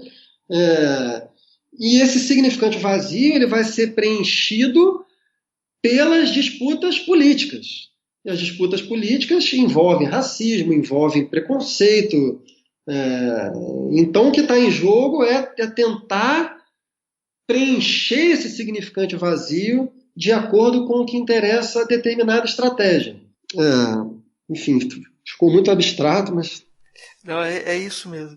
Eu acho muito interessante. Eu vou dar um exemplo só para ilustrar uma situação dessas. Muitos estudantes da Unilab são de países africanos e eu montei lá um grupo de hip hop, né? E com estudantes que eram rappers nos países deles. E eu pedi para eles fazerem uma música sobre a experiência nova que eles estavam tendo no Brasil de preconceito, né? Que eles não tinham essa experiência, por exemplo, em Guiné-Bissau. E ao invés de falar de preconceito, eles falaram, a música começa, eu sou negro, eu sou preto, eu sou africano. Antes de falar de preconceito, você tem que assumir identidade racial. Sem assumir identidade racial, você não consegue lidar com essa situação, né? Então eu acho muito interessante porque se encaixa bem no Achille Mbembe, por exemplo, nessa questão da autoafirmação como passo, né, necessário, e diz bem o que você está descrevendo, né? Eles não eram racializados, não se viam de forma racializada no espaço africano, mas dentro do espaço brasileiro, por questões políticas, por sofrerem preconceitos também, tiveram que assumir esse tipo de discurso, né? Eu queria que a gente debatesse alguns exemplos. Eu não sei se você trouxe vários exemplos no seu livro de como essas políticas de identidade que colocam a vítima como sempre tendo razão, né, como se ela fosse sempre estruturalmente oprimida e não tivesse espaço de liberdade. Você trouxe vários exemplos no seu livro. Tem algum outro exemplo novo que você encontrou depois de que você terminou seu livro, que seria interessante a gente comentar? Antes de a gente passar o exemplo, eu posso, aqui para as pessoas que estão nos ouvindo e que não leram o meu livro, posso só falar um pouquinho sobre o título do livro, A Vítima? Claro. O que me interessou no livro foi desconstruir essa máxima, que na época era uma máxima que tinha se convertido em uma espécie de dogma da militância identitária digital. A vítima tem sempre razão. E o que eu via como problema nessa máxima? Uma confusão entre dois níveis, que não podem ser confundidos. O nível estrutural e o nível individual. Então, quando você diz a vítima tem sempre razão, a vítima da frase é a estrutura, é um membro pertencente a um grupo social subalternizado. Ora, grupos sociais subalternizados são, com efeito, vítimas históricas. São grupos sociais oprimidos historicamente. Ok. Mas a segunda parte da frase, a vítima tem sempre razão, ela coloca um outro plano, que já não é mais o plano estrutural, é o plano concreto e individual. Porque só quem tem razão é um indivíduo em situação específica. Jamais você pode dizer que um grupo social inteiro tem razão ou não tem razão. Você não faz justiça sem que seja por meio da articulação entre o estrutural, o universal, e o concreto, particular, individual. A justiça exige a articulação entre uma dimensão universal, que é, por definição, a do direito. Né? Você precisa ter um direito. Você precisa estabelecer leis universais para você poder fazer justiça. Mas a justiça, ela só acontece quando você articula essas leis universais com situações específicas. Quem faz essa mediação no sistema de justiça ocidental, democrático, moderno, é a figura do juiz. Se fosse possível simplesmente anular a dimensão concreta e individual da justiça, você não precisaria de juiz. Você usaria o direito como uma espécie de máquina de calcular. Ora, o que está em jogo? Quando você fala a vítima tem sempre razão, você está anulando o indivíduo. É uma espécie de justiça utilitária. Na verdade, o que está em jogo para mim é a proposta de fazer justiça a grupos sociais, mesmo que às custas da violação de direitos fundamentais dos indivíduos. É uma lógica utilitária. Acho que você não pode usar indivíduos para fazer a justiça de grupos. O que está sendo feito por meio dessa máxima, quando se propõe essa máxima, é simplesmente inverter o sentido da injustiça histórica. Então, lá onde, por exemplo, as mulheres, porque essa máxima era usada sobretudo por certo discurso feminista, né? Então, lá onde, em casos de denúncias de assédio sexual ou de estupro, lá onde a palavra da mulher, da vítima estrutural, era sempre desqualificada por todas as instâncias, porque essa palavra passava, né, desde o julgamento social, passando pela polícia, antes de haver delegacias para mulheres, depois, se chegasse a julgamento, pelos juízes e pelo próprio público, se chegasse a julgamento, a júri público. Depois a gente pode voltar em vários casos na história do Brasil. O mais conhecido é o do Docker Street, né? Que cometeu um feminicídio e no seu primeiro julgamento foi absolvido por legítima defesa da honra. Enfim, lá onde a vítima estrutural era sempre desqualificada, então inverte-se a injustiça e passa-se a desqualificar agora todo o indivíduo pertencente não é a melhor palavra, todo indivíduo que tem um marcador inscrito num grupo social privilegiado. Essa é uma lógica inaceitável, assim, politicamente, socialmente. Não se faz política sem levar em consideração indivíduos. E essa lógica, a vítima tem sempre razão, essa frase, a vítima tem sempre razão, ela é, na verdade, apenas uma das manifestações de uma ampla lógica de fundo de movimentos identitários que consiste na anulação dos indivíduos. Contra isso que eu me ergo nesse livro A Vítima Tem Sempre Razão. Você não pode anular indivíduos. Desculpa, só para terminar, antes da gente passar aos casos concretos, assim, tem um livro que é muito importante, que é um livro do Karl Jaspers, não sei se você conhece, chamado A Questão da Culpa, que o Jaspers escreve na Alemanha pós-Segunda Guerra. O livro é publicado durante os tribunais de Nuremberg. E o Jaspers escreve, portanto, para uma Alemanha extremamente dividida e polarizada. Tem muitas semelhanças entre esse livro e a situação brasileira contemporânea. E o objetivo do Jaspers é tentar voltar a fazer com que o país tivesse um mínimo de solo comum, de denominador comum, que havia sido perdido, segundo ele, em larga medida por um equívoco em relação aos conceitos de responsabilidade e culpa. O que ele vai dizer basicamente é o seguinte: culpa é alguma coisa que só pode ser atribuída a um indivíduo por conta de um ato que ele efetivamente cometeu. Responsabilidade não. Responsabilidade é aquilo que todo sujeito tem relativamente às questões da sua comunidade.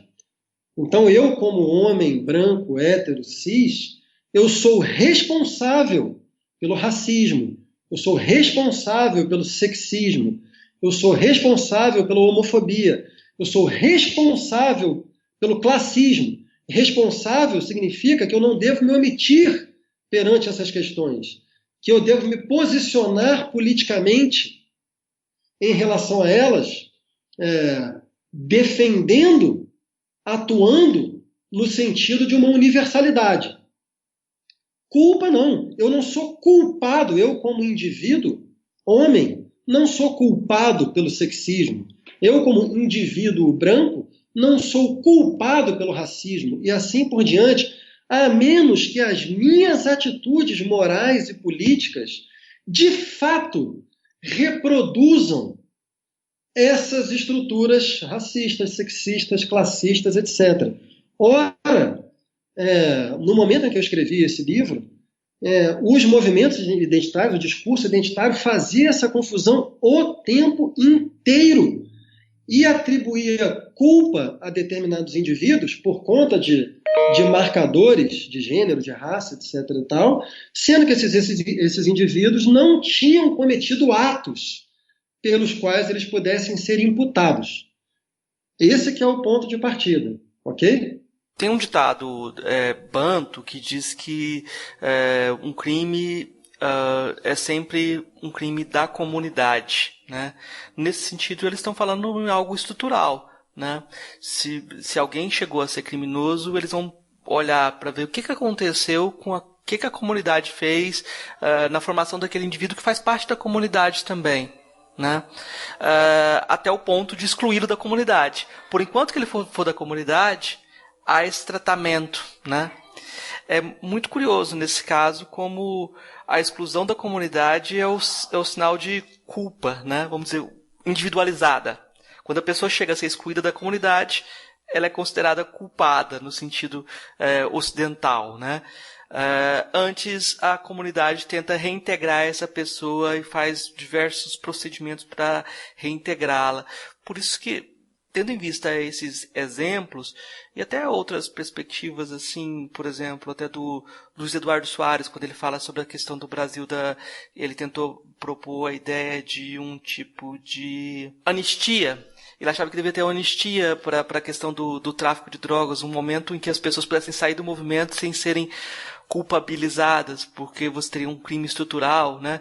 Essas ideias parecem muito longe daquilo que a gente consegue considerar aceitável por conta de uma forma de pensar, né? Não sei. Eu estou só colocando... Eu estou colocando outras coisas para você, assim. Eu acho assim, em primeiro lugar, Marcos, sinta-se inteiramente à vontade para me criticar. Não tem nenhum problema com isso, não, tá? Por favor. Eu acho muito bom o que você trouxe. Mas me permita discordar, porque eu acho que tem uma confusão no que você apresentou. Porque uma coisa é a compreensão de que todo ato individual, de alguma maneira, é determinado pela estrutura social. Então não existe um caso isolado. Se alguém comete um ato racista, esse ato, evidentemente, ele não é isolado. Esse ato está ligado a uma estrutura coletiva. Então, nesse sentido, é evidente que qualquer ação individual tem dimensão social. E aí, é evidente também, e eu seria a última pessoa a falar contra isso, sendo uma pessoa que se considera vinculada ao campo da esquerda, como eu me considero, eu seria a última pessoa a cortar a relação entre atitudes individuais e estruturas sociais. Isso é uma premissa fundamental de compreensão do mundo da história da esquerda. Então, como é que a esquerda vai perceber qualquer problema? E isso a difere fundamentalmente da direita. Para a direita, os problemas são, em geral, de responsabilidade individual. Isso atravessa a direita de cabo a rabo, né?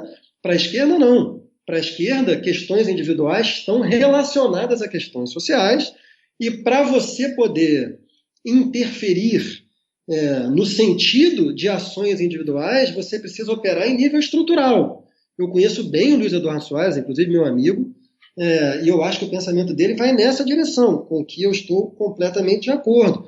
Agora, uma outra coisa muito diferente é o que eu falei. O que eu falei é que você jamais pode atribuir culpa por um ato que o indivíduo não cometeu. E aí eu não conheço o exemplo banto que você me trouxe, mas se o exemplo banto que você me trouxe apregoa isso, eu discordo do exemplo banto. E eu, inclusive, te perguntaria se você não acha que, no contexto dessa conversa, você apresentar esse exemplo como um exemplo banto não tem nisso uma conotação de autoridade, como se pelo fato de ser um exemplo banto, eu devesse já imediatamente concordar. Eu não concordo imediatamente, a priori, com nada que vem de lugar nenhum, pelo fato de alguma coisa vir de algum lugar, entendeu?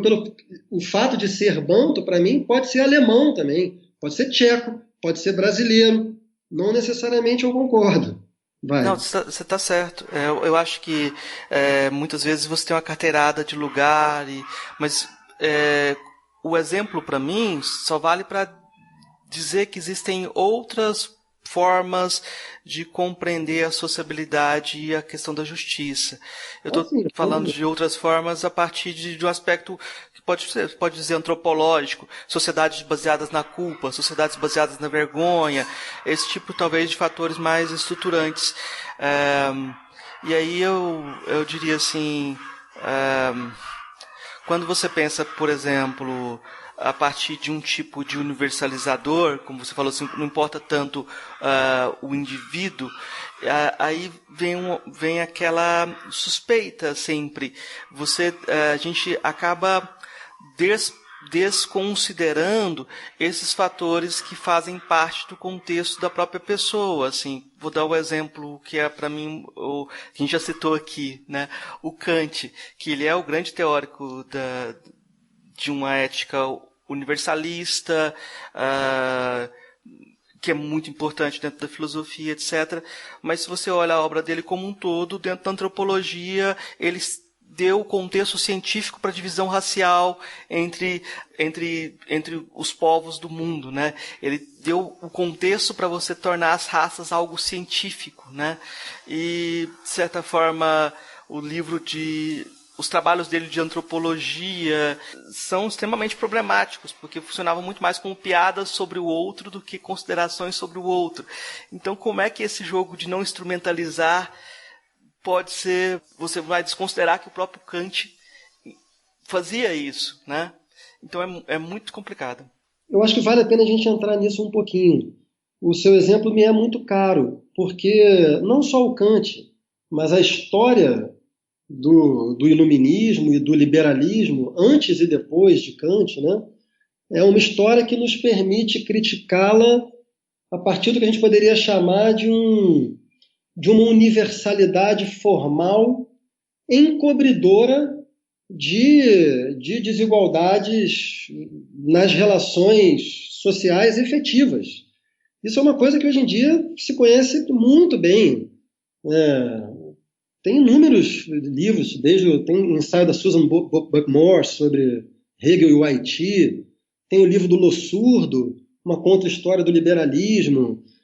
Hoje em dia dá para falar com muita segurança de que a imensa maioria, quase a totalidade dos autores liberais eram racistas. A Revolução Americana é uma revolução democrática e escravagista.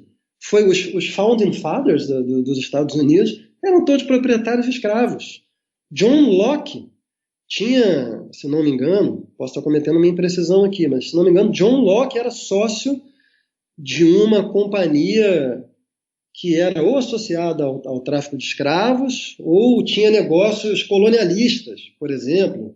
E por aí vai. E não só os liberais. Rousseau, o começo do contrato social. O contrato social começa com uma página sobre a escravidão, mas ali a escravidão, assim como ocorre em vários textos dos pensadores liberais, fundadores, né, pré-revolucionários, a escravidão ali é uma metáfora de uma situação da cidadania em contexto de monarquias. Mas o Rousseau fez vista grossa para a política imperialista francesa, para os escravos que realmente existiam. Então, assim, a crítica que você faz ao Kant é a crítica super estabelecida, e eu sou o primeiro a subscrevê-la. Só ainda a partir disso, assim, eu acho importante tratar de uma coisa que tem a ver ainda com o que a gente conversava antes e com o seu exemplo Banto, que é, eu preciso aqui esclarecer o lugar, digamos, político-ideológico de onde eu falo. Eu sou um liberal de esquerda. Para alguns, essa expressão pode parecer uma contradição em termos, para outros não, porque existe uma tradição que eu chamaria justamente de social-liberal ou de liberal de esquerda, a que pertencem alguns dos meus heróis intelectuais, assim, como Norberto Bobbio, por exemplo, ou John Rawls. E o que está em jogo para essa tradição, e portanto para mim, de um liberalismo de esquerda, é a tentativa de achar o melhor equilíbrio possível entre a afirmação dos direitos individuais, que é o grande patrimônio da tradição liberal, né? E a afirmação dos direitos ou de um pensamento coletivista, que é o grande patrimônio da tradição socialista ou de esquerda. Então, assim, eu tento me mover o tempo todo dentro dessa via estreita, dessa margem exígua, e que, no entanto, eu acho que é a operação, é a visão de mundo que se estabeleceu a partir dessa margem, dessa tentativa de equilíbrio, que muitas vezes lida com o que o Isaiah Berlin chama de metas incompatíveis. Tantas outras vezes não. Tantas outras vezes a afirmação do princípio da liberdade, do princípio da igualdade é compatível. Outras vezes não. Eu acho que essa tradição que procurou esse equilíbrio é a tradição responsável pelos melhores modelos sociais existentes no mundo, nas democracias modernas ocidentais. Eu não vou entrar aqui em outras sociedades, outras organizações sociais, outras civilizações, ameríndias, por exemplo, porque aí eu acho que a gente estaria diante de alguma coisa incomensurável. Mas dentro do que é dado pensar para nós, enquanto brasileiros, é esse o lugar que eu afirmo, é esse o lugar de onde eu falo, viu, Marcos? Isso é muito importante para mim afirmar, porque, e desculpa me estender, mas porque esse livro, A Vítima Tem Sempre Razão, ele foi escrito com esse objetivo. Ele foi escrito com o objetivo de firmar e expandir, na medida do possível, um espaço que eu considero perfeitamente possível entre a afirmação da razão identitária, vamos chamar assim, tá? E, por outro lado, a defesa de liberdades ou direitos individuais. Então, eu escrevi esse livro com o propósito de achar um equilíbrio, sabendo que o meu público-alvo, digamos assim, toda vez que eu falo essa palavra, eu me lembro do Tom Zé, que dizia que toda vez que ouve a expressão público-alvo, ele se abaixa com medo de levar um tiro. Mas, assim, sabendo que, digamos, os leitores menos resistentes aos meus argumentos seriam justamente aqueles que não se inscrevem de saída nos dois lados, nas duas trincheiras desse debate, que são, de um lado, os conservadores ou reacionários que desqualificam todos os pleitos, todas as premissas, todos os argumentos, todos os métodos de movimentos identitários, sob essa alcunha pejorativa do politicamente correto. Então, de um lado você tem essa trincheira, e de outro lado você também tem uma militância identitária dogmática. E para mim os dois lados estão errados. Existe um caminho do meio. existe um caminho que é capaz de afirmar a razão fundamental dos pleitos identitários, como eu afirmo. E no livro isso está bastante exposto por meio de conceitos do Foucault, da tradição do reconhecimento, né, de Hegel, Honneth e tal.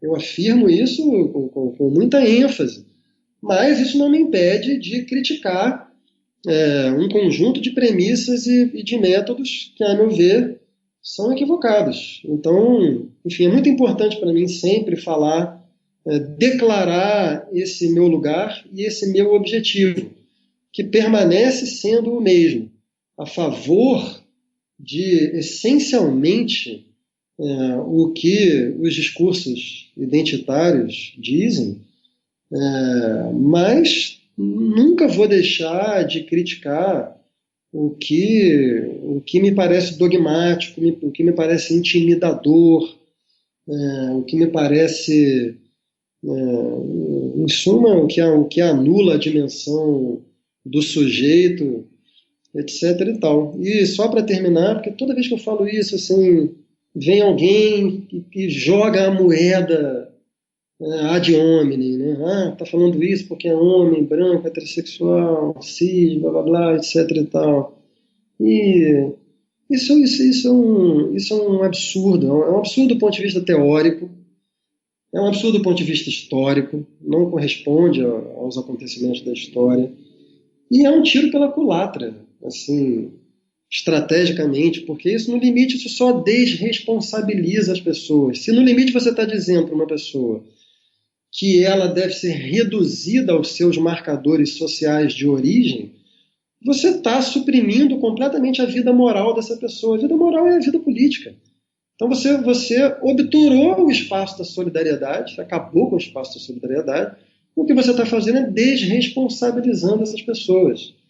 Eu nunca vou concordar com isso. E, finalmente, muito do que eu estou falando aqui, eu estou falando a partir de pensadores negros, de pensadoras feministas, de pensadores LGBTQI, etc. e tal. Então, a carta do ad hominem não vale. Eu acho que essa ressalva que você colocou agora, em vários momentos eu pensei, é bom ressaltar isso, que todo o seu discurso está muito bem marcado pela posição favorável a essas reivindicações mais limitadas, etc, etc. Eu acho muito importante você colocar essa posição. Eu não sei se cabe agora trazer mais algum exemplo, acho que a gente conseguiu ir até um pouco além do que os exemplos poderiam dizer, mas eu acho que talvez um exemplo, talvez pra gente comentar, você encontrou alguma outra narrativa que você falou assim, eu podia ter colocado essa no livro também? Um caso que não está no livro, mas que sempre me interessa discutir, é o caso do Woody Allen. Eu espero que um dia a Natalie Portman seja responsabilizada pelo que ela fez. Foi a Natalie Portman quem, num programa da Oprah Winfrey, se não me engano, a Oprah Winfrey estava na cena com ela, lançou o bordão I Believe Dylan Farrow. Dylan Farrow é a filha da Mia Farrow, né, que acusa o Woody Allen, de quem ela for enteada, né, que acusa o Woody Allen de tê-la violentado sexualmente quando ela era criança, né?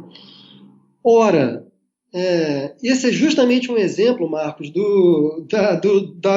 da máxima "a vítima tem sempre razão". Por quê?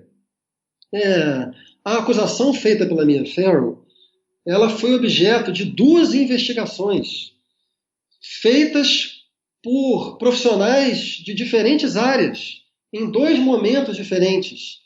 E ambas as investigações não acharam indícios minimamente consistentes para levar a acusação adiante, muito menos para declarar o Woody Allen culpado de violência sexual contra a enteada. O que mudou para que a Dylan Thomas, num belo dia, quase 2 décadas, se não me engano, depois de feita a acusação, pode ser que seja menos tempo, mas enfim, bastante tempo depois da acusação, o que mudou para Dylan Thomas afirmar, para Natalie Portman, né, afirmar com tanta segurança que acredita na acusadora? Não mudou nada objetivamente no caso, não foi feita nenhuma descoberta, nada. O que mudou foi o discurso social. E mudou justamente nos termos que eu vinha falando. Então, lá onde uma mulher como a Dylan Farrow havia sido historicamente desqualificada, agora, então, um homem deveria ser a priori desqualificado. Ora, nada disso leva em conta as ações concretas do indivíduo. A Natalie Portman fez uma acusação e não apresentou nenhuma prova. Ela não falou, I believe Dylan Farrow, porque tal estudo, tal descoberta, porque a perícia, porque a polícia, porque... Não, nada. Nada. Ela simplesmente resolveu acreditar numa mulher, porque é mulher. De novo, a questão da empatia. Ora, todo esse conjunto de comportamentos, assim, isso vai contra pilares fundamentais que a justiça ocidental, o direito ocidental e a justiça, assim, levaram séculos para construir. Isso é uma regressão absurda. Então, o Woody Allen continua a pagar. Recentemente, a editora francesa Hachette iria publicar a sua autobiografia e na hora H desistiu. Por quê? Por conta de uma campanha levada a cabo pelo Ronan Farrow, filho também da Mia Farrow, irmão da Dylan, que resolveu trazer tudo à tona de novo. E o que acontece? Essas empresas, em geral, elas orientam as suas políticas de acordo com o que elas avaliam que é o trend do mercado, porque, no fundo, a imensa maioria delas só está preocupada com os efeitos financeiros que vão sofrer. Então, desculpa o a pequena digressão, mas outro dia, antes da decretação de quarentena, por causa da Covid, eu estava no aeroporto Santos Dumont, no Rio de Janeiro, e tinha uma série de anúncios da Uber. Assim, se você é machista, a Uber não é para você. Se você é preconceituoso, a Uber não é para você. Gente, a Uber é a empresa que virou uma espécie de epítome de uma inflexão importantíssima na história do capitalismo, que é a precarização radical do trabalho, a ponto de se falar em uberização. A Uber está realmente preocupada com preconceito, com racismo, com preconceito de gênero? Não está. Então, tudo isso para dizer que, na verdade, assim, é muita coisa confusa. E para encerrar o assunto Woody Allen, o Woody Allen acabou pagando por um crime de que ele não é culpado, a menos que a gente abra mão, como essa militância identitária está disposta a fazer, de uma premissa fundamental do direito, que o ônus da prova cabe à acusação. Pelo amor de Deus, se as pessoas perderem de vista alguma coisa tão elementar quanto isso, tente imaginar o que é uma sociedade vivendo a partir da perda desse princípio. Então, você pode acusar qualquer pessoa, e se o seu discurso social está legitimado, a pessoa que sofre a acusação é imediatamente culpada. Gente, acordem, pelo amor de Deus. Tudo isso tendo sido dito, é importante dizer que o Woody Allen cometeu, na minha opinião, um ato moral execrável, pelo qual, aí sim, ele deveria ser responsabilizado, que é o fato de ele ter se envolvido numa relação erótica, amorosa, que se transformou num casamento, a meu ver, não importa, com a enteada da sua ex-mulher. No momento em que você faz isso, você tá obrigando todas as pessoas da sua família a lidarem com um trauma para o resto da vida delas. Eu acho isso uma coisa, assim, moralmente inaceitável. Então, por essa razão, eu acho que o Woody Allen deveria ser moralmente julgado. Se o debate sobre ele fosse esse, eu me engajaria nesse debate. Mas não.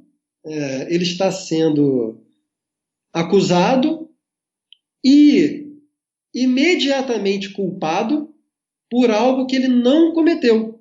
E sem que o julgamento passe pelos trâmites e pelos fatores que o direito e a justiça acumularam durante anos. Esse caso é, para mim, um dos casos mais importantes da nossa época.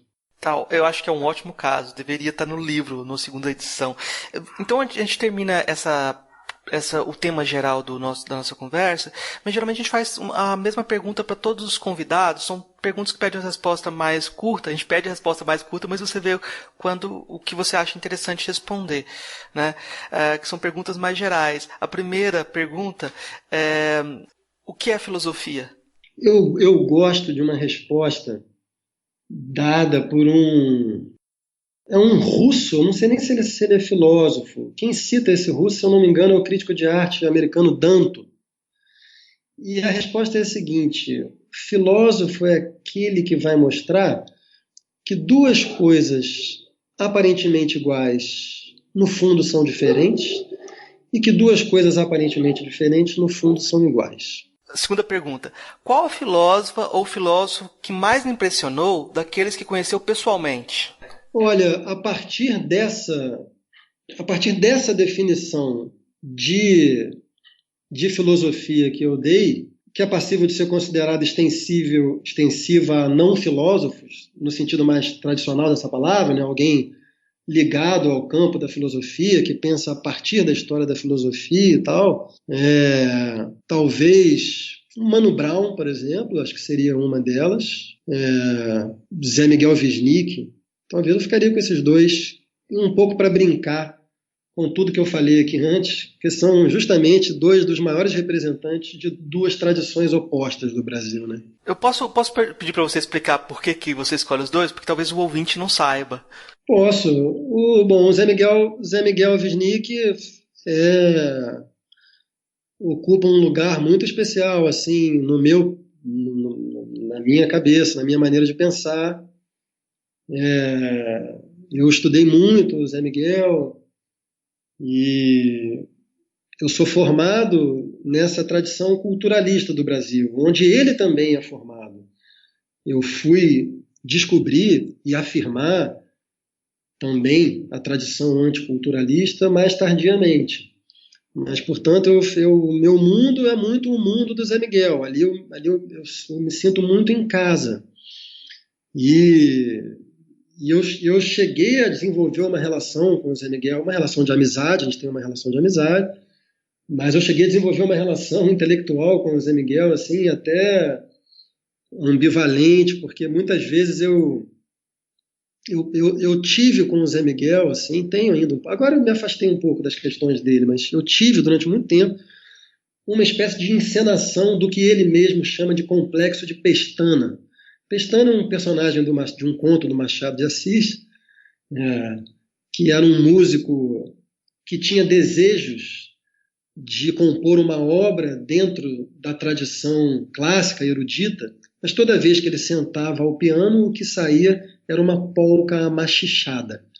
E ele fazia muito sucesso com aquelas polcas, mas o sucesso dele era muito frustrante, porque no fundo o que ele queria era fazer uma sonata, etc. E tem um dia que ele se senta ao piano e ele está muito inspirado, e sobre o piano dele tem um retrato de Chopin, e ele cria uma peça dentro do cânone clássico e que ele considera maravilhosa, que é original. Ele vai mostrar para a mulher dele.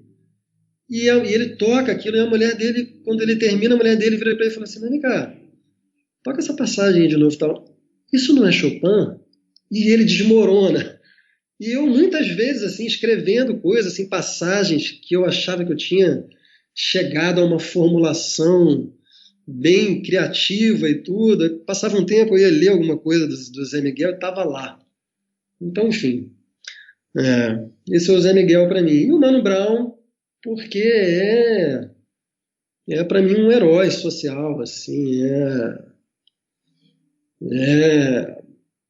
Esteticamente é dono de uma obra que talvez seja a última grande obra fundamental da música brasileira. Assim, eu a princípio afirmaria que a obra dos Racionais não tem igual. Nada que veio depois tem a mesma relevância formal e social.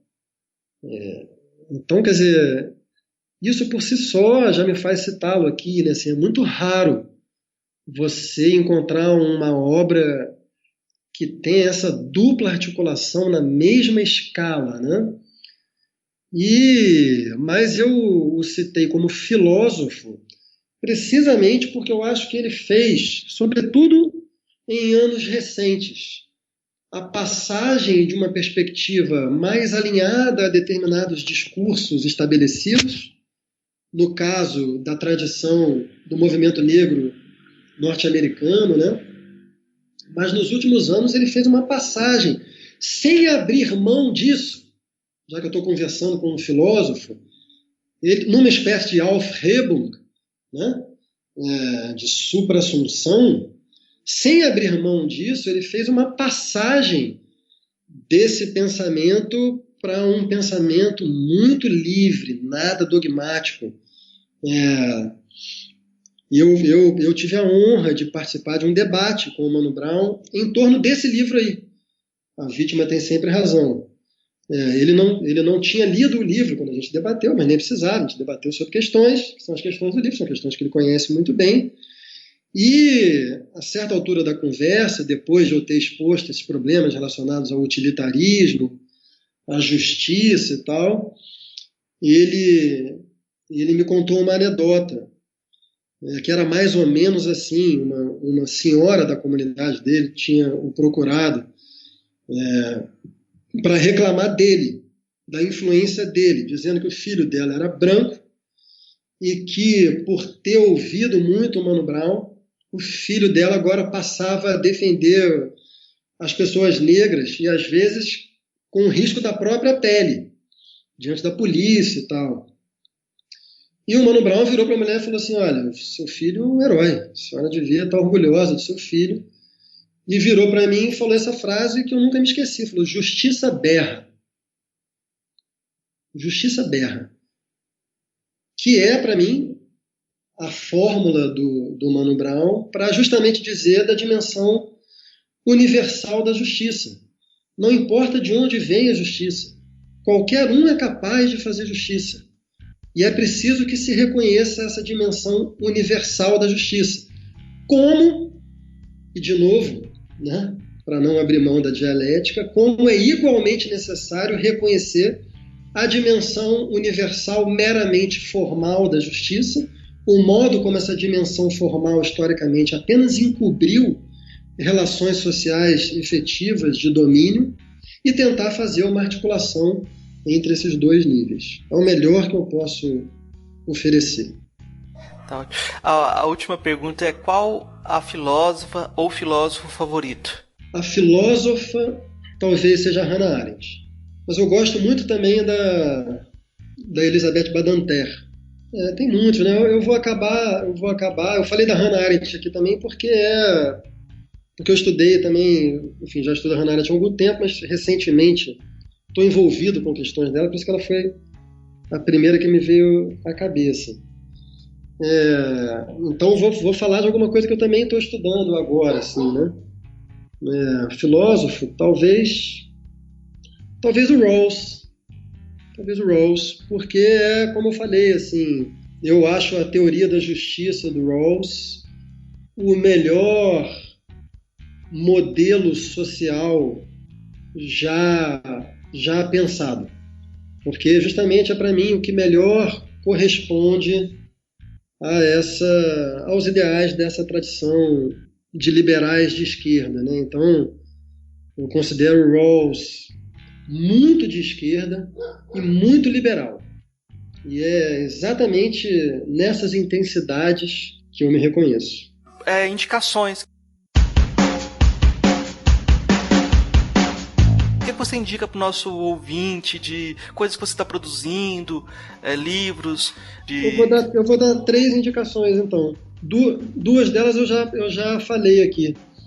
Eu queria indicar esse livro do Karl Jaspers, A Questão da Culpa, porque muitas vezes tem me perguntado assim, o que eu recomendo para ajudar a compreender a situação do Brasil contemporâneo.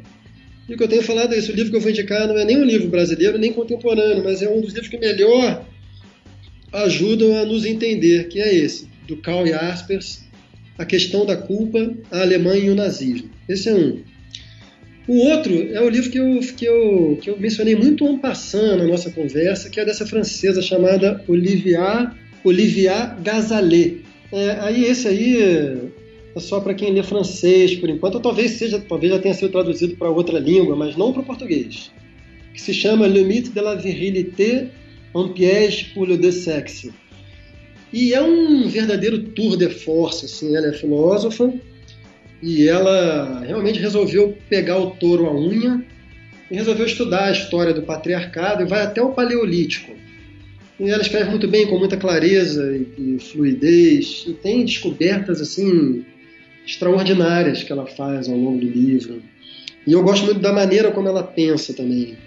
E vai pensar a questão dos gêneros dentro de uma perspectiva relacional, considerando muito importante pensar a questão das masculinidades.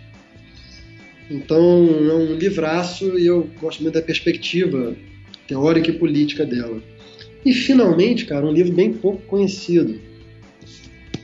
Também está aqui na minha frente porque eu tenho trabalhado com essas coisas. Que é o livro de um jovem filósofo que é negro, de São Paulo, chamado Douglas Rodrigues Barros. O livro se chama Lugar de Negro, Lugar de Branco, Esboço para uma Crítica à Metafísica Racial. É da editora Edra. E é um ensaio relativamente breve, onde ele faz uma leitura muito bonita do Fanon e passa por temas muito importantes assim, dos movimentos negros e defende, digamos assim, eu diria que a perspectiva fundamental dele é a de uma crítica ao que talvez a gente possa chamar de mainstream do movimento negro contemporâneo, que a ele parece assumir uma posição liberal e que acabaria ao pensar que está combatendo questões estruturais, com uma outra mão as está realimentando. A perspectiva dele é uma perspectiva assim, de fundo marxista, que afirma um universalismo a partir desse repertório de classe e tal. Mas tem uma leitura muito bonita do Fanon, tudo no livro é muito teoricamente sofisticado, assim, é um pequeno grande livro. Então são esses 3 que eu recomendaria. Eu vou recomendar o livro que a gente debateu, o carro-chefe da nossa conversa, que é A Vítima Tem Sempre Razão, Lutas Identitárias e Novo Espaço Público Brasileiro, e vou recomendar também o Banalogias, também, que eu acho que é um livro bem bacana para quem está procurando pensar o seu contexto. Além dessas indicações de livro, eu vou fazer indicação musical. Eu queria que o pessoal que tiver curiosidade, a gente falou da relação que você tem com o Wisnik. Eu tenho um amigo que tem uma relação da mesma forma com o seu pai, o João Bosco, o Márcio Valverde, que é um compositor lá de Santo Amaro, que ele falou que chegou um momento que ele falou, eu vou parar de ouvir esse cara, que esse cara tá me destruindo. Então, o Márcio Valverde é um grande compositor, tem muitos sambas bacanas. Quem tiver curiosidade, procure no YouTube para ouvir alguma coisa dele. É a minha indicação de hoje. Bom, é meu pai. Então, eu posso dizer com muito mais forte razão a frase do seu amigo. Esse aí está me destruindo desde que eu nasci. Assim como eu destruirei meus filhos. Mas brincadeiras à parte, assim, o seu amigo Márcio está muito bem acompanhado, ou estava, porque o meu pai é um gênio, né? Assim, eu sou muito fã do meu pai, assim, tive a honra de ser parceiro dele em dezenas de canções já, e até no ano passado, assim, fizemos algumas canções novas. Hoje eu não trabalho com canção popular já há bastante tempo, a não ser com ele. Então, se eu fosse dar uma dica de música, eu também recomendaria que se escutasse a obra vasta, gloriosa e heterogênea do João Bosco. É isso. O Márcio já ouviu escutar, já voltou a escutar, voltou a tocar, mas é uma relação bem complicada, é uma relação difícil, né? Então, você que está falando aí, não precisa mais ninguém falar. Então, obrigado, Francisco. Acho que foi uma conversa muito bacana, aprendi muito, tá? Valeu. Me permita um agradecimento ainda mais caloroso a você, assim, é um prazer enorme, assim, e um contentamento político até, achar uma interlocução com essas características, assim. Eu te agradeço muito pela escuta atenta, pela generosidade com as minhas ideias. Foi um enorme prazer, te agradeço. Conte comigo, tá? Valeu, obrigado. Bancar o canastrão no dia a dia, pra alimentar a nostalgia e sonhar. Lutar para manter a chama acesa, para não deixar a correnteza nos levar. Saber onde é Brasil, onde me engano, esse moleque suburbano numa pelada de quentinho. Tentar driblar com classe a vida vã, com Malmir e Pojucã, no velho escrete vascaíno, pra sambar sem breque em contramão, na ladeira da redenção, Otelo beijando Oscarito. Eu vi numa canção do Aldir Blanc, numa chanchada da Atlântida, outros Brasis bem mais bonitos. Bancar o canastrão no dia a dia, pra alimentar a nostalgia e sonhar. Lutar para manter a chama acesa, para não deixar a correnteza nos levar. Saber tudo de circo ou de pão, para entorpecer o coração que bate tambor tão aflito. Saber tudo de amor, tudo de samba, para equilibrar na corda bamba. Um bêbado cantor Carlito, pra sambar sem breque em contramão, na ladeira da redenção, Otelo beijando Oscarito. Eu vi numa canção do Aldir Blanc, numa chanchada da Atlântida, outros Brasis bem mais bonitos. Bancar o canastrão no dia a dia, pra alimentar a nostalgia e sonhar. Lutar para manter a chama acesa, para não deixar a correnteza nos levar. Saber onde é Brasil, onde me engano, esse moleque suburbano numa pelada de quentinho. Tentar driblar com classe a vida vã, o Malmir e Pojucã, num velho escrete vascaíno, pra sambar sem breque em contramão, na ladeira da redenção, Otelo beijando Oscarito. Eu vi numa canção do Aldir Blanc, numa chanchada da Atlântida, outros Brasis bem mais bonitos. Bancar o canastrão no dia a dia, pra alimentar a nostalgia e sonhar. Lutar para manter a chama acesa, para não deixar a correnteza nos levar. Saber tudo de circo de pão, pra entorpecer o coração que bate tambor tão aflito. Saber tudo de amor, tudo de samba, pra equilibrar na corda bamba. Um bêbado cantor Carlito.